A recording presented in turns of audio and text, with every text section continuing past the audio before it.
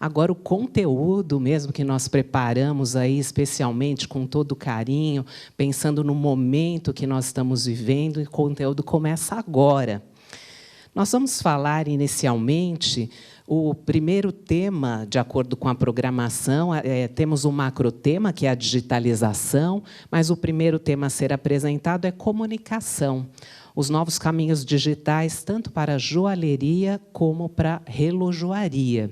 E vocês sabem que é fundamental que tanto marcas quanto profissionais dedicados à joalheria e à relojoaria mantenham-se cada vez mais relevantes para os seus clientes e também aptos a atrair consumidores mais jovens, que trazem novas visões, também novas demandas. Cada vez mais, então, é preciso saber sobre os tipos de comunicação mais recentes, as novas possibilidades que envolvem também novos canais, novas linguagens e repertórios. E, para abordar alguns desses temas, a nossa primeira convidada é a autora do livro O Marketing, a Arte do Luxo, na Era da Experiência e Inspirações para Outros Segmentos. É doutoranda em Comunicação Estratégica e mestre em Marketing, atuando como professora, consultora, palestrante, com mais de 25 anos à frente das áreas de comunicação e marketing de grandes marcas, como Sauer Joalheiros, Dior, entre outras tantas. Bom, enfim, eu quero convidar aqui, com todo prazer, que venha ao palco, nossa primeira convidada, Rosana de Moraes. Seja bem-vinda, vamos recebê-la com uma salva de palmas. Bem-vinda, Rosana. Um bom trabalho para você, viu? Alô? Bom, gente, boa tarde. É um prazer enorme, uma honra enorme, uma grande responsabilidade também estar aqui de novo com vocês. Ainda por cima, abrindo, né, os trabalhos. Então, espero que vocês não durmam, que vocês ganhem gás também com a nossa conversa. E que participem também no final. Fico super disponível para dúvidas, para comentários. Então, sintam-se à vontade. Espero que possamos trocar muita coisa aqui hoje. Então, né, vamos falar sobre os novos caminhos digitais para a joalheria e relojoaria, falando sobre a questão da comunicação, realmente. Né? Me apresentando, já fui até muito bem apresentada, mas, só repassando, né, eu construí a minha carreira aliando a condução das áreas de marketing e comunicação de marcas de alto padrão, especialmente joalheria, e fui, ao mesmo tempo, aprofundando as questões dos desejos do consumidor, da comunicação mais adequada. Né? Então, foi uma carreira mais construída nesses dois polos, né? O polo acadêmico e o polo também da prática. Né? Uma coisa alimenta muito bem a outra.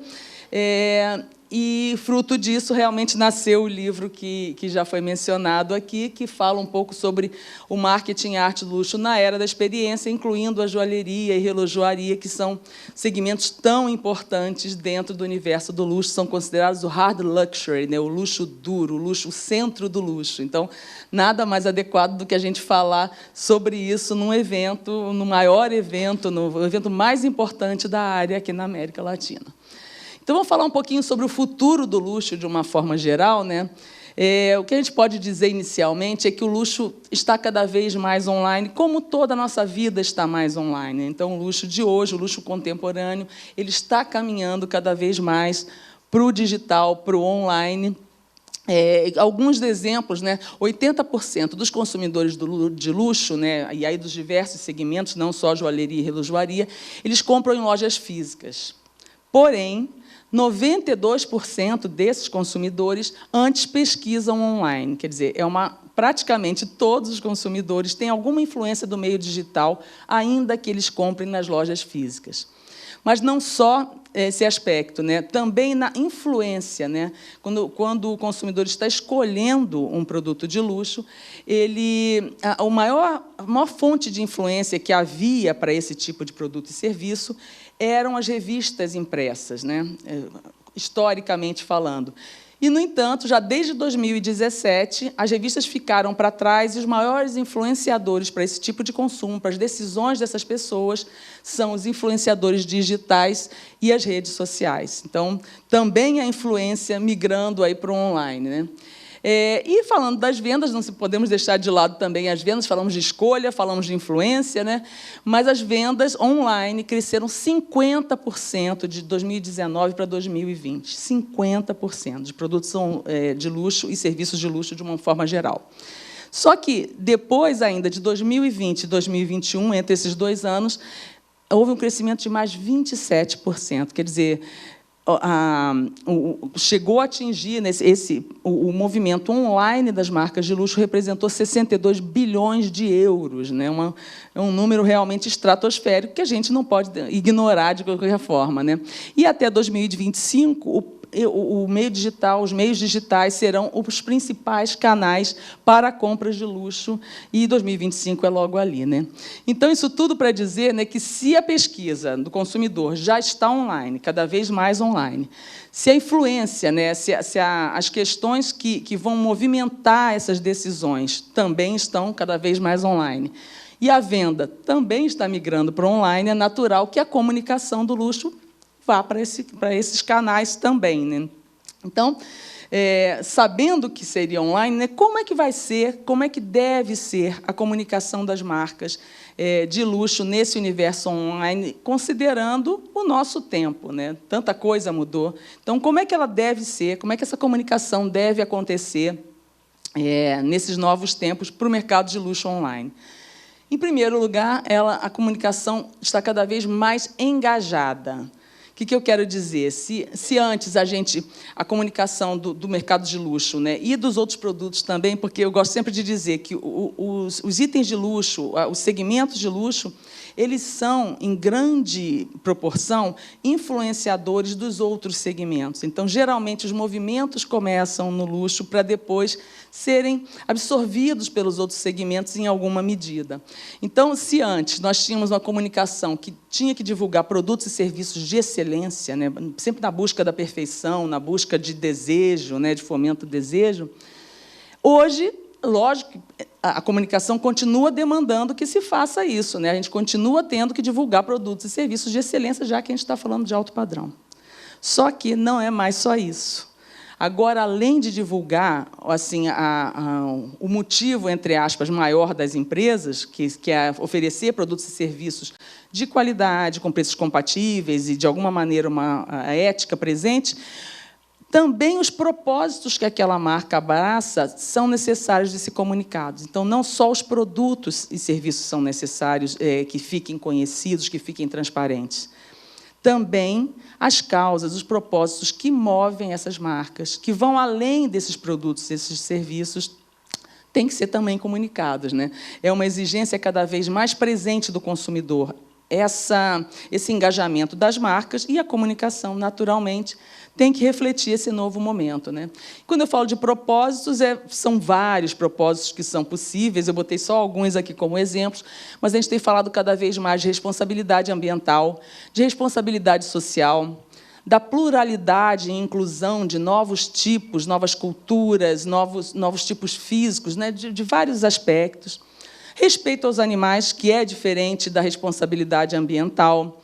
A equidade de gêneros cada vez mais presente nas preocupações da sociedade, a equidade racial e também as contribuições que determinada empresa consegue oferecer, tanto no aspecto cultural quanto no aspecto social, enfim, os impactos que aquela empresa tem para a comunidade onde ela está inserida. Então, a empresa não é uma ilha, a empresa é cercada de comunidade e de outras pessoas em volta. Tudo bem?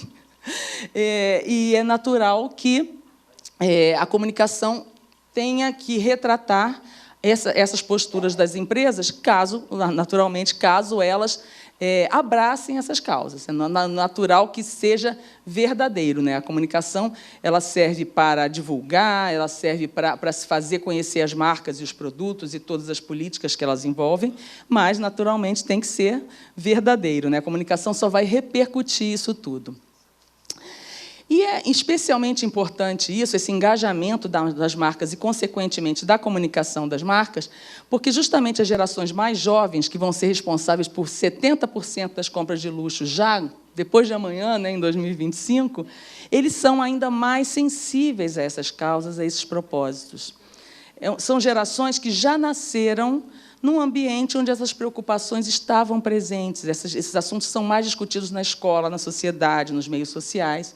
Então, é natural que essas gerações acabem sendo mais sensíveis, e como eles vão ser consumidores muito importantes, alguns já são, mas a maioria será muito importante daqui a poucos anos, é natural que a comunicação também tenha esse pessoal em mente, né? Então, eu trouxe alguns exemplos específicos na área de joalheria e relojoaria, dessa questão do engajamento. Então, eu estou mostrando aqui não só empresas que comunicam esse engajamento, mas que, de fato, o praticam, né? Ou dizem praticar. A gente não conhece tão bem as operações assim das empresas na lupa, né?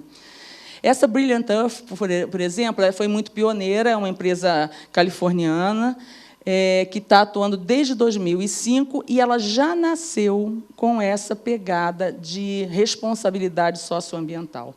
Então, imagina, desde 2005, né, quando estava ainda engatinhando todos esses assuntos, eles já estavam no mercado, não só adotando práticas de responsabilidade socioambiental, mas também calcando todo o seu posicionamento de marca no mercado, se diferenciando através desses aspectos. Então, não é fazer uma ação, não é fazer duas ações, tomar esse assunto como um norteador, realmente, das políticas, da estratégia da empresa. Então, eles adotam coisas desde das embalagens de madeira de reflorestamento, até os metais reciclados para evitar novas minerações, diamantes com origens muito controladas de minas canadenses, que são certificadas pelo ISO 14001, que é específico para essa questão ambiental. Eles utilizam também diamantes cultivados pelo homem e reciclados de outras minerações.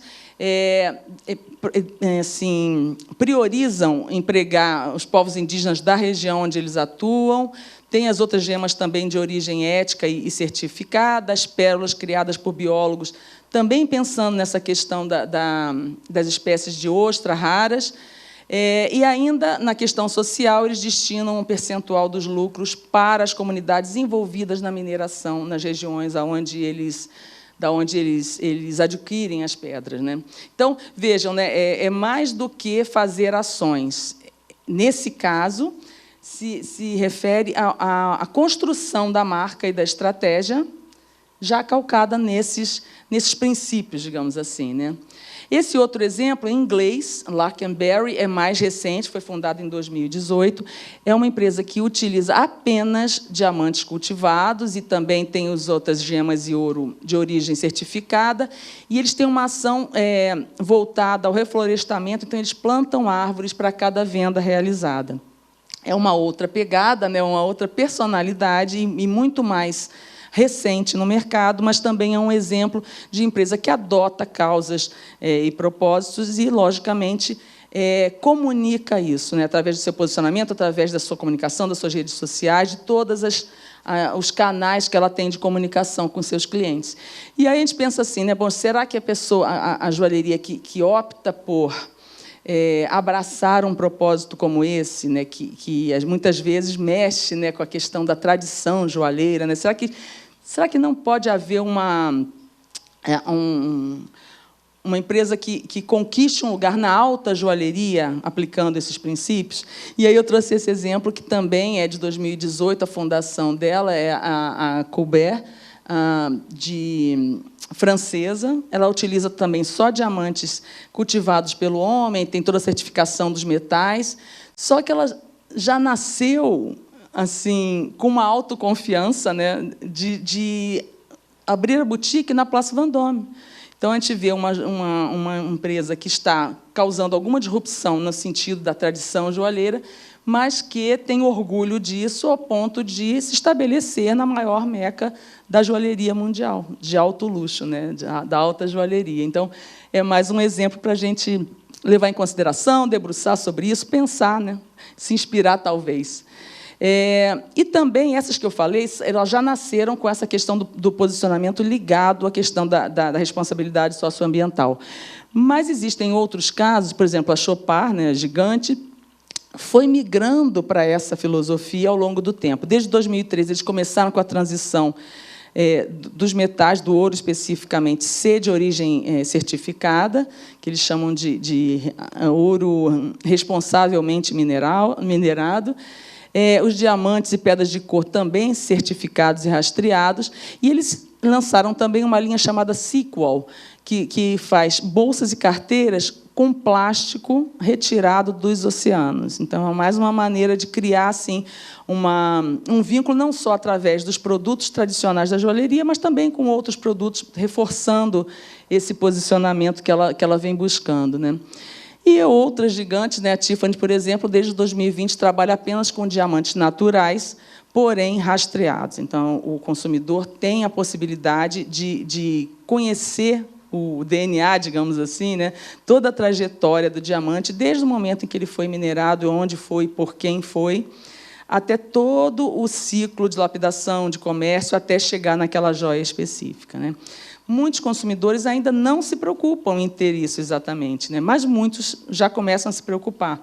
Então, eles fornecem não só o certificado de qualidade do diamante, o nosso tradicional certificado de qualidade de diamante, mas também quase que uma certidão de nascimento, uma árvore genealógica, né, da pedra, para fornecer essa segurança para esse cliente cada vez mais preocupado. E aqui no Brasil, peguei um exemplo, né, de uma empresa que já tinha 10 anos de mercado, não nasceu com a pegada da responsabilidade socioambiental, mas que, depois de completar 10 anos de mercado, foi migrando para esse tipo de posicionamento. Então, passou a adotar as gemas de mineração responsável, utiliza metais, né, e peças antigas para fazer novas peças, as embalagens e expositores também são de uma origem sustentável, e eles colaboram com associações de apoio à mulher. Então, assim, é uma empresa brasileira, também como inspiração, não sei se já conhecem o caso, mas fica aqui. E fora outros casos, né? A Tiffany, na questão de apoio às espécies ameaçadas de animais, tem uma linha específica para isso, a Save the Wild. A Swarovski já fez joias com receita destinada à ONU Mulheres. A Chopard mesmo tem linhas destinadas a contribuir para associações como essa de crianças portadoras de necessidades especiais. Então, é uma movimentação de mercado que, naturalmente, não é só de comunicação, mas tem que ser comunicada através da comunicação, naturalmente, para que todos fiquem sabendo. Na área de relojoaria, eu separei esse caso, que é muito recente, foi lançado agora há coisa de um mês, o clássico relógio da Cartier, o Tank Must, ele agora tem essa linha Solar Beat, que tem a bateria movida à energia solar. A luz entra pelos algarismos romanos do mostrador e carrega as baterias, que duram até 16 anos, quando, então, aí se pensa em substituí-las. E também a Panerai, por exemplo, acabou de lançar uma linha de relógios, Submersible e Steel, que levam quase 60% de peças recicladas de outros relógios. E, inclusive, criou um programa para você vender para a própria marca o seu relógio Panerai e utilizar esse crédito na compra de um outro modelo mais novo, né? De uma forma geral, né, não só a joalheria e relojoaria, eu botei aqui alguns exemplos mais focados nisso, mas a gente está assistindo a uma comunicação que, de alguma maneira, também, além das questões ambientais e sociais, que a gente lembra em primeiro lugar, né, estão procurando tipos físicos mais inclusivos, né, casais de diferentes tipos, a idade, né, pesando menos, né? A gente tinha sempre aquela questão temos ainda, né, a questão do etarismo, né, da publicidade sempre muito voltada, a comunicação muito voltada sempre a retratar pessoas muito jovens e num determinado padrão de beleza. E a gente está vendo, então, a comunicação das marcas refletindo também algumas mudanças das marcas no sentido da inclusão e dessas causas, esses propósitos todos que são inúmeros, né? E cada tipo de consumidor tem, às vezes, uma afinidade maior com uma ou com outra causa, um outro propósito. Então, assim, a escolha de um propósito para uma marca, ela se baseia, claro, nas demandas da sociedade, né? e também nos próprios talentos dela, né? Não adianta você abraçar uma causa que não tenha nada a ver com a marca que você conduz, né? Então, para ser de verdade, né, para ser efetivo, a causa tem que ser real. E a comunicação tem que ser honesta, né, e retratar isso tudo que a empresa está procurando levar ao seu consumidor e aos consumidores dos novos tempos em especial. Então, a questão das causas e propósitos estão cada vez menos sendo uma opção, porque era uma coisa que diferenciava muito as marcas, e está migrando cada vez mais para uma situação obrigatória. As pessoas já esperam que a marca tenha alguma coisa, alguma causa, algum propósito, além daquilo que ela faz de mais conhecido em termos de produtos ou de serviços. Em segundo lugar, uma coisa que eu acho muito importante para a comunicação do luxo contemporâneo, e joalheria, logicamente, nisso, a comunicação está cada vez mais bem-humorada. Então, o que nós tínhamos antigamente? As marcas de luxo em cima de um pedestal, salto altíssimo, aquela coisa, né?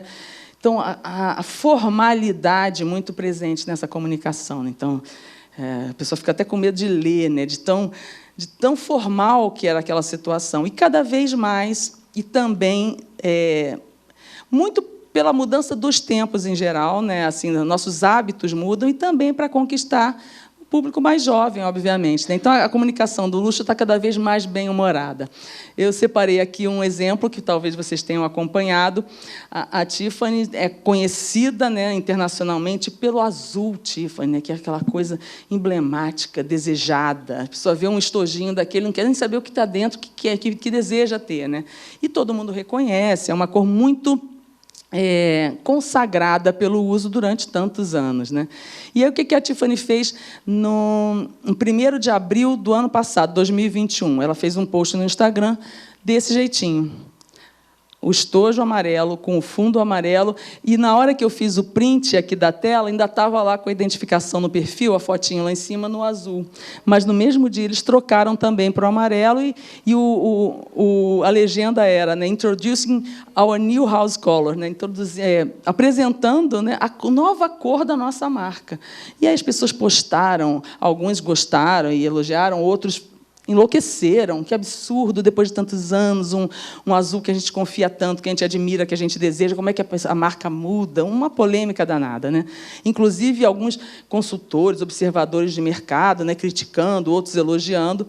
E, no dia seguinte, ela veio a público com um post idêntico, mas na cor original, né, dizendo "just kidding". Estava só brincando. Utilizaram o dia da mentira para fazer uma brincadeira com o público, né, nessa questão do bom humor na comunicação do luxo, e, ainda por cima, com a ousadia de mexer com uma coisa que é imexível, né, uma coisa quase proibida. Como assim desrespeitar o azul Tiffany, que todo mundo deseja, que todo mundo ama e tudo mais? Mas mostra isso, como é que as marcas estão se aproximando do cliente nesse sentido, de comunicar com mais leveza, com mais informalidade e, consequentemente, também com humor. Coincidentemente, também a Tiffany é outro exemplo. Eles, ano passado, também soltaram na imprensa a nota dizendo que estavam lançando uma moeda, uma criptomoeda da Tiffany, né, a Tiffcoin. E aí também, né, foi uma barulhada danada, todo mundo comentando como é que vai ser, como é que não vai ser. E, no dia seguinte, também, uns dias depois, eles vieram a público explicar que não, que era uma brincadeira, que eles, de fato, fizeram essas moedas físicas e não criptomoedas, elas não são digitais, elas são reais, e venderam uma série limitada, que não chegou a 499 moedas. E aí, os compradores dessas moedas, que são de ouro, eles passaram a ter acesso, como se fosse um clube da marca, né? Acesso a vantagens, a eventos exclusivos, a um relacionamento mais próximo da marca. Mas, novamente, uma pegadinha, né, que foi apresentada aí. As marcas de luxo, de uma forma geral, estão seguindo esse caminho. Eu botei aqui uma coisa mais focada no nosso assunto, na vida de vocês, né? Mas as outras marcas também estão fazendo muito isso, marcas de vestuário, né? Muitas outras estão apostando nessa questão do bom humor, que eu acho muito bom, né? Eu acho muito bom de trazer leveza para tempos pesados e para novos tempos também, onde as marcas não são mais assim tão embora inacessíveis de alguma forma em termos de custo, né, elas não estão tão fora da nossa realidade. E a comunicação diz isso nas ruas, né? Agora a gente tem outdoor dessas marcas, né? Coisas que eram impensáveis antigamente. Assim, eu estava reforçando isso aqui, né, que foi-se o tempo da comunicação muito formal. O consumidor está buscando realmente mais leveza, mais alegria, mais sorriso, especialmente depois desses tempos tão complicados que a gente passou recentemente, que está superando agora, né? Um outro aspecto da comunicação das marcas de luxo mais atual é a humanização. O que a gente tem nesse aspecto? Bem, a pandemia pegou muita gente de surpresa, muitas marcas já tinham feito a transição para o digital, então, investido, né, em toda a questão da comunicação, das vendas, da vida digital, mas muitas não. Então, houve uma correria para colocar o digital no centro das estratégias e poder atender esse cliente num momento em que nem a loja poderia ser aberta, né? Então, houve um choque, realmente, uma correria para atualizar as estratégias da empresa nesse sentido de torná-la mais digital. Passado esse momento, né, agora quem tinha que arredondar a questão digital teve que fazer às pressas, né, passado esse momento, a busca das marcas está se tornando mais pela humanização desse atendimento. Então, a gente está falando de joalheria, de produtos muito caros, que tem como grande tradição um atendimento personalizado, né? Aquela coisa de conhecer o consultor, de trocar ideia, de interagir com as pessoas e, de repente, migrou tudo para o digital, né? Então, o esforço das marcas tem sido mais no sentido de trazer de volta o calor do atendimento, ainda que ele seja digital, o que não deixa de ser um desafio, né? Então, eu trouxe aqui como exemplo a Balmain, de vestuário, não é de joalheria. O que eles fizeram? Eles criaram um showroom virtual reproduzindo a Maison parisiense, onde nasceu a marca, em 1940 e poucos. Então, eles fizeram a reprodução igual, ali como está naquela imagem. E aí, o que eles botaram nisso? Eles pegaram o estilista, o diretor artístico da marca, né, o Olivier Roussy, fizeram um avatar dele extremamente parecido com o estilista. E essa pessoa é ótima. Esse avatar você entra no site e é recebido por ele, um avatar dele com movimento, que convida você a entrar no site, a conhecer as coleções, a interagir com a música ambiente, como se fôssemos nós recebendo uma visita e convidando alguém para entrar. Então, assim, trazendo a humanização, ainda por cima, na pessoa do principal estilista da marca, buscando essa questão realmente da humanização. E essa aqui é a Liv. A Liv é a embaixadora virtual da Louis Vuitton, que foi lançada há poucos meses atrás. Ela procura interagir com os consumidores, né, desde informações, novidades e tudo mais. Ela fala. Então, também trazendo para a marca, uma marca também de luxo, uma das mais conhecidas, mais respeitadas, assumindo a representação, né, da marca por uma pessoa que não existe, né, por uma ficção, um avatar também. Porque, no caso da Balmain, é a reprodução de uma pessoa que existe, né? Nesse caso, não. É uma pessoa fictícia criada para representar a marca. Então, esse movimento todo buscando essa questão da humanização na comunicação, que acaba se refletindo também nos outros aspectos da marca. E esse serviço, eu não sei se vocês conhecem, alguém conhece o White Glove Delivery? Já ouviram falar? É um serviço, porque, afinal de contas, nós compramos a mercadoria online, nesse caso, né? Há uma separação física, né? Há uma questão tecnológica que nos separa da marca, mas eles são serviços que procuram trazer a humanização para a entrega daquela compra. Então, a compra é entregue não só na data que foi acordada, mas num horário específico, que é o da maior conveniência do cliente.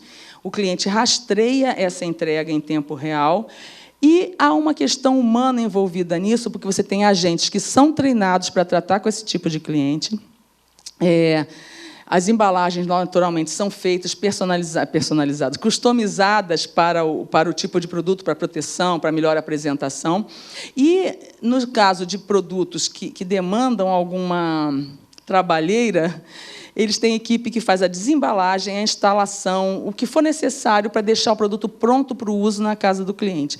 Isso com uma equipe com dress code super rigoroso, todos arrumados, extremamente educados e treinados, né? Então, trazendo a humanização também para a entrega, em vez de ser um motoboy que fica uma coisa mais impessoal e que não carrega o estilo, né, o clima que a marca quer impor, nesse caso, eles reproduzem como se fosse um serviço de mordomia a domicílio. Então, a entrega é feita também em grande estilo, que é uma maneira também de humanizar não só o atendimento digital, mas a entrega, né? Para quebrar um pouco dessa distância do consumidor e que esse consumidor de luxo tanto requer, tanto deseja de interação com pessoas, né? Ser paparicado, ser bem tratado. Então, é aquilo que eu falei, né? Superado esse momento de digitalização na correria, né? A gente busca agora trazer esse calor para o atendimento digital, ainda que ele não tenha uma pessoa ali perto do cliente. Uma outra coisa ainda sobre a comunicação dos novos tempos que eu quero trazer para vocês é o dinamismo, né? Ela está cada vez e deve estar cada vez mais dinâmica. Então, a gente tem um movimento inserido na comunicação das marcas. Era para ele estar rodando. Ah, sim. Isso é um outdoor na Piccadilly Circus, em Londres. Vejam como é uma coisa em 3D para mexer com a... Ele não só apresenta objetos clássicos da marca, como também a questão da embalagem, e faz toda uma animação que todo mundo para ver, na verdade. Então, é um movimento seduzindo as pessoas.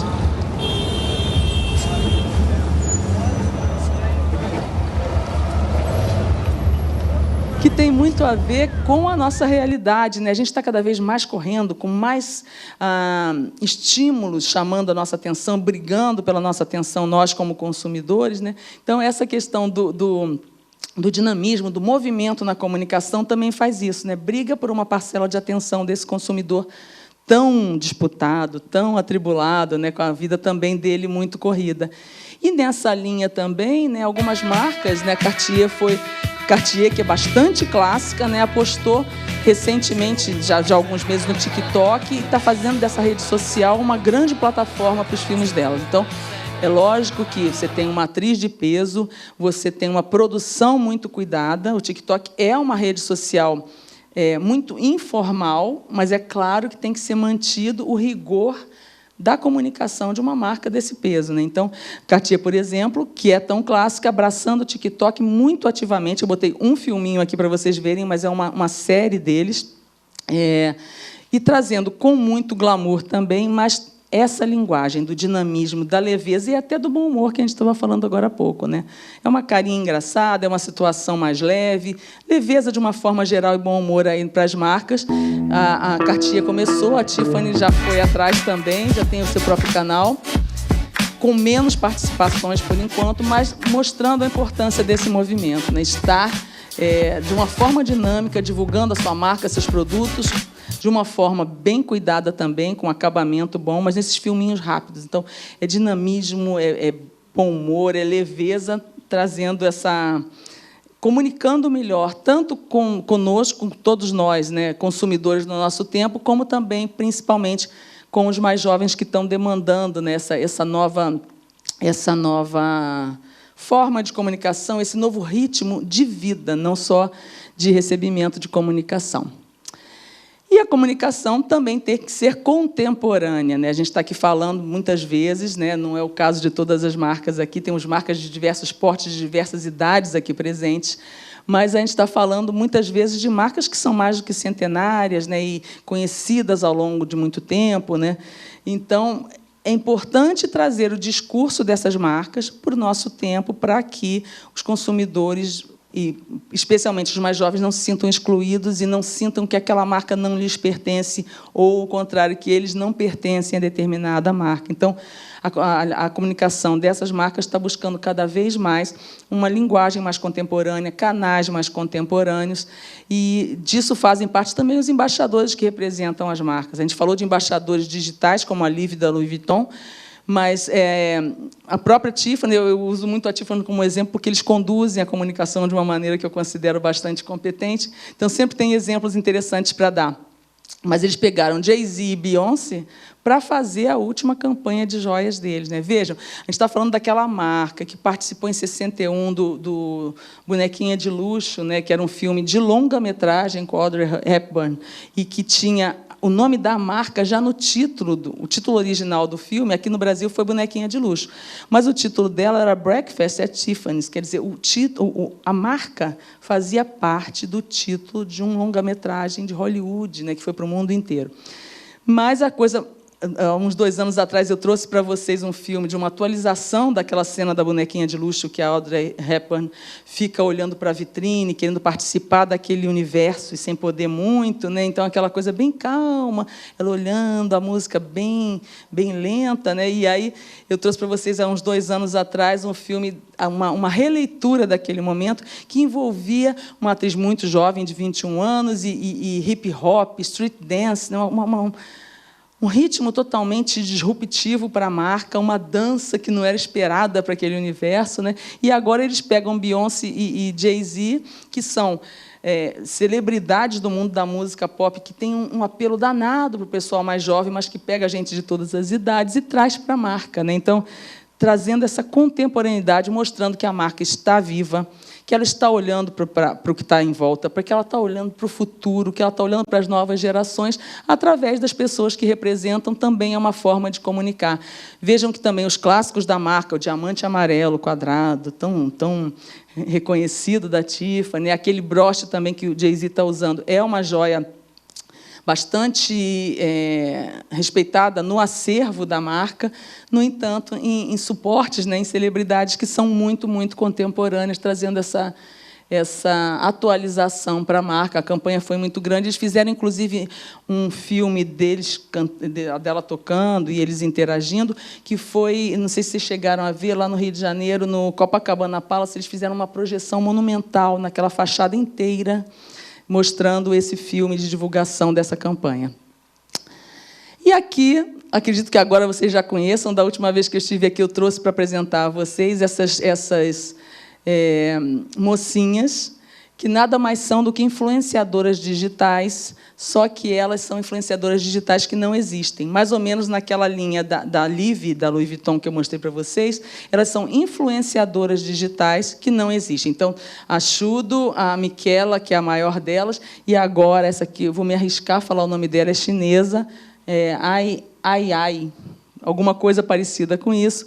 É uma influência chinesa, o mercado chinês cada vez mais importante, né, para os produtos e serviços de luxo. Mas assim, é uma coisa que ainda soa estranho, né? É estranho a gente ser influenciado por pessoas que não existem, né, que a gente nunca vai encontrar na rua, mas elas estão aí com 2 milhões de seguidores e fazendo editoriais de moda para Vogue, representando marcas muito importantes. Esse editorial, por exemplo, da Chudo, olha só as marcas: a joalheria japonesa Mikimoto, Boucheron, Cartier, Harry Winston, Piaget. Vejam bem, né? Do que a gente está falando aqui, né? Realmente de trazer para o nosso tempo a história, a reputação, né? Todo o histórico, né? A trajetória toda da marca para o nosso tempo.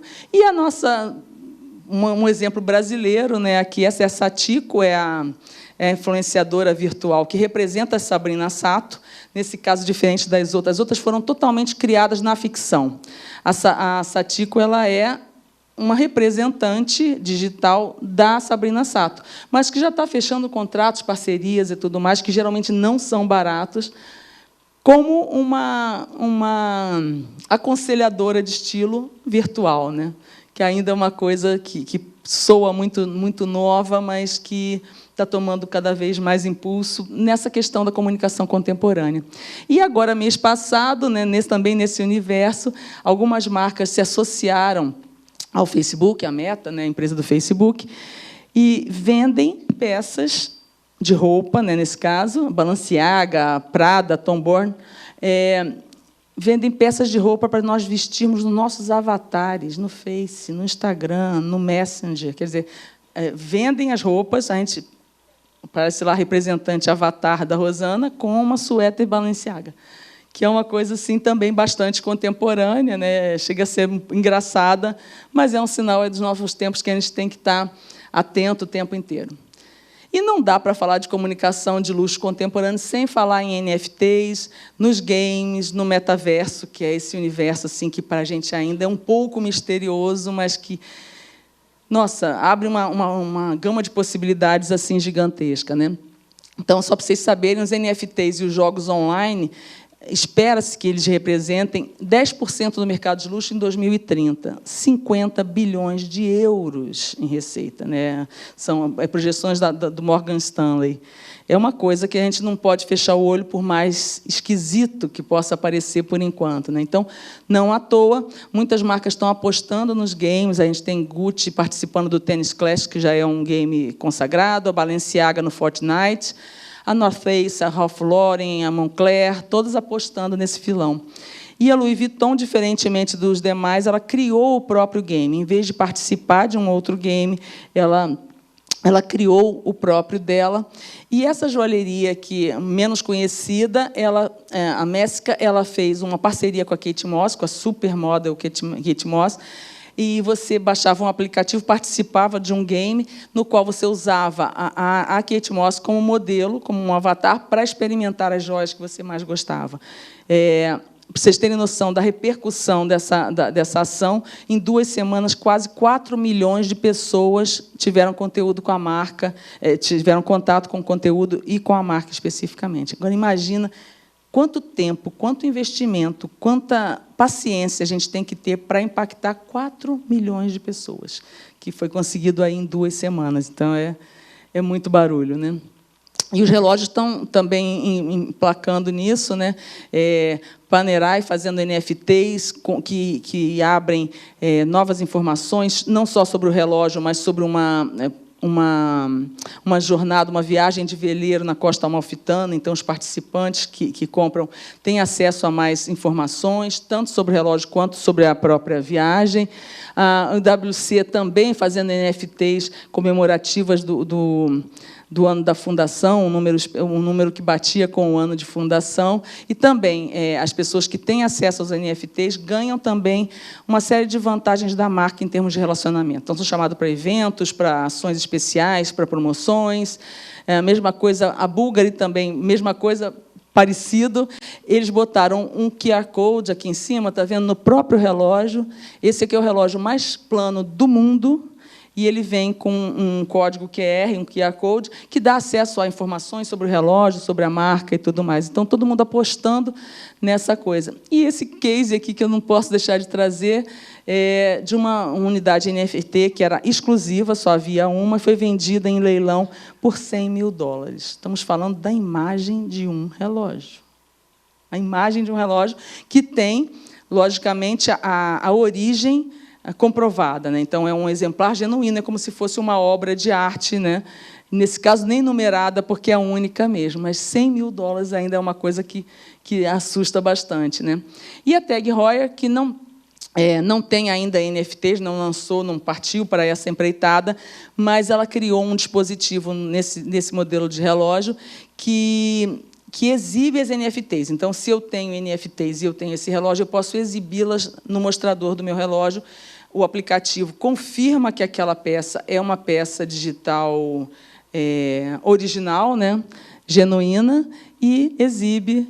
E eles também estão apostando em receber criptomoedas como forma de pagamento, que não é uma coisa específica de comunicação, mas tem a ver também com todo esse universo que nós estamos observando. E não só relojoaria, né, a Bulgari agora, neste mês passado, agora, julho, né, fez uma exposição que reuniu 50 mil pessoas para assistir, sendo que mais de 10 mil acessaram virtualmente por um aplicativo e conseguiam fazer essa visita com um avatar, para experimentar as peças, para olhar de perto, para olhar de outros ângulos, então, interagir através de uma representação virtual dela. E a própria Bulgari lançando NFTs também, né? Ele criou uma joias que tem QR Code que levam as NFTs e também criou a primeira joia que só existe no mundo virtual. Isso é interessante, é uma possibilidade também do metaverso, porque você não só pode vender uma coisa física e entregar alguma coisa no mundo virtual, ou o contrário, mas você pode usar até como pré-teste, né? Você pode lançar uma joia ou uma outra peça e experimentar, como o McDonald's faz, lança uma edição limitada do sanduíche assim assado e testa a aceitação que ele vai ter. Isso vai ser possível também na coisa virtual, né? Você lançar uma joia virtual, ver se ela agrada, ver se as pessoas sugerem outras coisas e, então, com menos risco, partir para o produto físico, que pode ser também comercializado. Então, são inúmeras possibilidades que se apresentam. E o que vocês acham? Vocês acham que é muito absurdo trazer o mercado de luxo para o universo que a gente pode chamar de paralelo? É muito novo, né? Mas eu fiquei pensando sobre isso, porque é absurdo, né? Para mim, ainda é absurdo, ainda é uma coisa muito etérea. Mas aí, se a gente for pensar, olha o que acontece. O luxo ele tem alguns valores que estão presentes nos produtos e serviços de luxo de uma forma geral. A raridade, a exclusividade, a capacidade de demonstrar status, o design, que é muito rigoroso, muito cuidado, preços altos. Então, são algumas das características do luxo, não só essas, né? Mas eu listei essas porque, se a gente for pensar, quando fala de luxo, a gente está falando de sonho, né? Cada um com o seu, cada um do seu jeitinho. E eu gosto sempre de lembrar que, mais do que o que a gente coloca no produto de luxo, o valor que ele tem para o cliente é como o cliente vai se sentir usando ou comprando aquele determinado objeto ou daquela determinada marca, né? Então, se a gente for pensar, o nosso avatar no mundo virtual, que daqui a pouco é muito fácil que a gente seja representado por avatares, né? O nosso avatar vai estar representando a nossa personalidade também, né? Então, é possível, através de um objeto de luxo virtual, a gente ter um pouco de raridade, a gente ter exclusividade, demonstrar status, ter um design muito impressionante, preços também são altos, né? Então, talvez não seja tão absurdo a gente migrar com o luxo em uma parcela, pelo menos, para o mundo digital. Fica aí esse questionamento aí para vocês refletirem sobre o assunto, né? Então, a questão, no fundo, é isso. Como eu me sinto ao comprar ou utilizar determinado produto ou serviço? E a gente vai estar se sentindo, naquele universo virtual, representado daquela forma. Então, aquela imagem vai estar falando da nossa personalidade também. Então, são novos tempos aí. Então, isso tudo que eu falei da contemporaneidade da comunicação das marcas, né, demonstrando isso. A agilidade da marca, a jovialidade, a atenção dela pelo ambiente, pelo que está no futuro também, e não só em relação ao que já foi conquistado, ao que já foi conseguido. Então, olhar para frente faz parte do sucesso das marcas, né? E aí, a gente resumindo, né, engajada, bem-humorada, dinâmica, contemporânea, humanizada.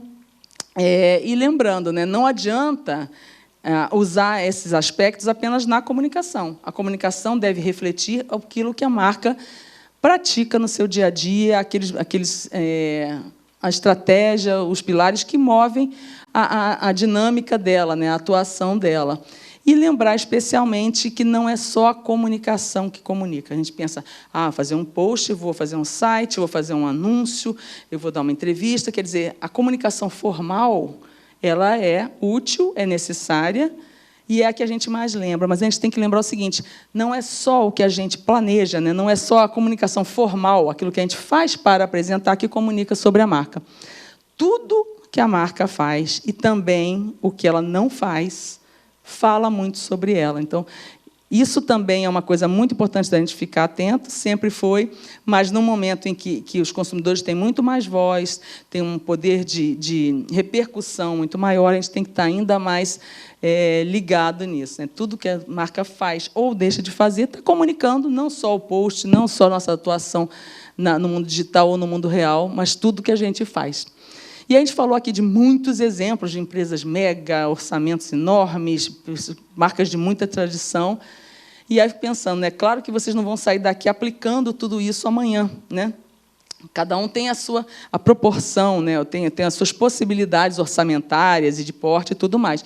Mas o que é importante é a gente trazer essas questões para assim, que ao longo do tempo, vocês possam ir incorporando isso também na comunicação das suas marcas. Às vezes, não todos os itens que nós falamos aqui, mas começar a dar passos com esses novos olhares para a comunicação das marcas de vocês. Então, eu trouxe essa frase do Arthur Ashe, que foi um tenista americano que faleceu em 93. Ele disse: comece de onde você está. Use o que você tiver. Faça o que você puder.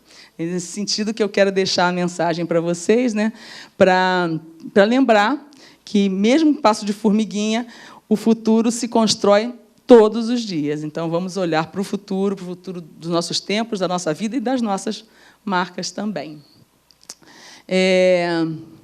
Meu livro, né, que eu falei para quem quiser se aprofundar mais, minhas redes sociais, para quem quiser entrar em contato, vai ser um prazer. Não sei como é que estamos, se abrimos para perguntas. E amanhã estarei de novo com vocês, espero que todos vocês e mais gente ainda, numa outra conversa, talvez um pouco mais próxima do dia a dia, falando sobre as motivações que levam os consumidores a fazer determinadas escolhas, inclusive nos produtos de alto padrão, principalmente, e também sobre a linguagem não verbal no ambiente de vendas. Algumas coisas assim bem práticas, espero ver todos aqui de novo amanhã. Aqui não, né? No outro auditório, né? Abrimos para as perguntas?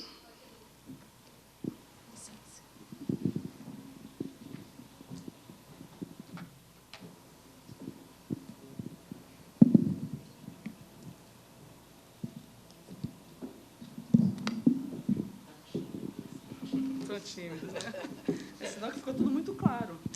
Bom, então, eu acho que como nós temos uma pergunta aqui, sim. Então, faremos, por favor, se você puder identificar com o nome, se quiser falar empresa também, fique à vontade. Claro. Meu nome é Vera, eu sou da Costantini Joalheria e Indústria. Aqui, ó, estou aqui. Eu achei super bacana tudo isso que você trouxe, principalmente desse mercado virtual. Mas a gente vê grandes marcas, né? Marcas com grande expressão no mundo, nem tão em locais. Então, né? A Messic, igual você trouxe, que é essa francesa, né? Ela já tem cases bem bacanas, né? Que ela tem apresentado nos últimos anos. Eu queria saber, assim, a sua opinião com relação ao mercado joalheiro nacional. Como que você enxerga ele dentro desse mercado virtual, dessas novidades que estão chegando por aí? Como que você... Lógico, com exceção de grandes marcas joalheiras daqui, né? Como que você enxerga o mercado joalheiro brasileiro se comportando dentro desse novo cenário?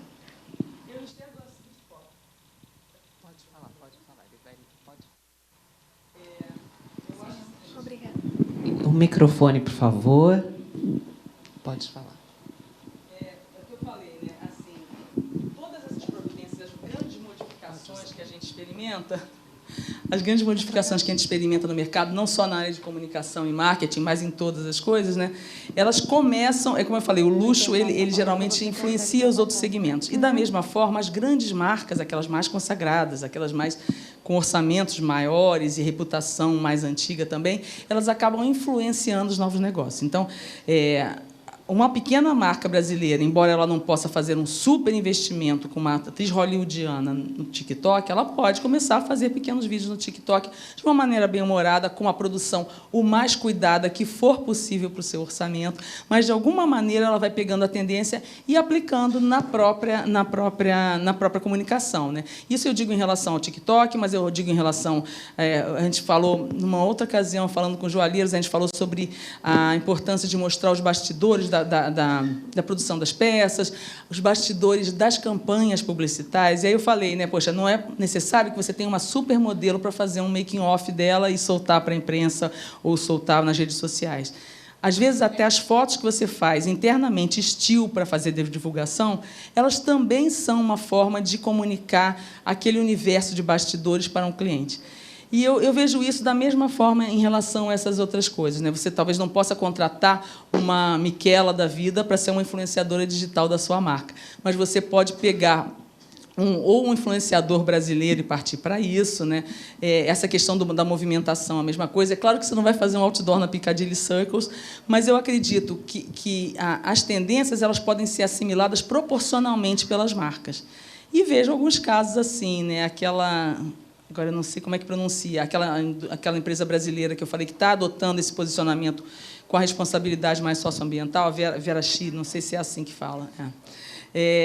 De alguma maneira, era uma empresa pequena, que já existia há 10 anos e está se reinventando no sentido de abraçar um propósito. E eu acho que isso é possível também. E, assim, nem sempre dá para você fazer tudo. Vou substituir todas as minhas embalagens amanhã por um produto reciclável ou uma madeira de reflorestamento, mas dá para ir introduzindo pequenas modificações ao longo do tempo.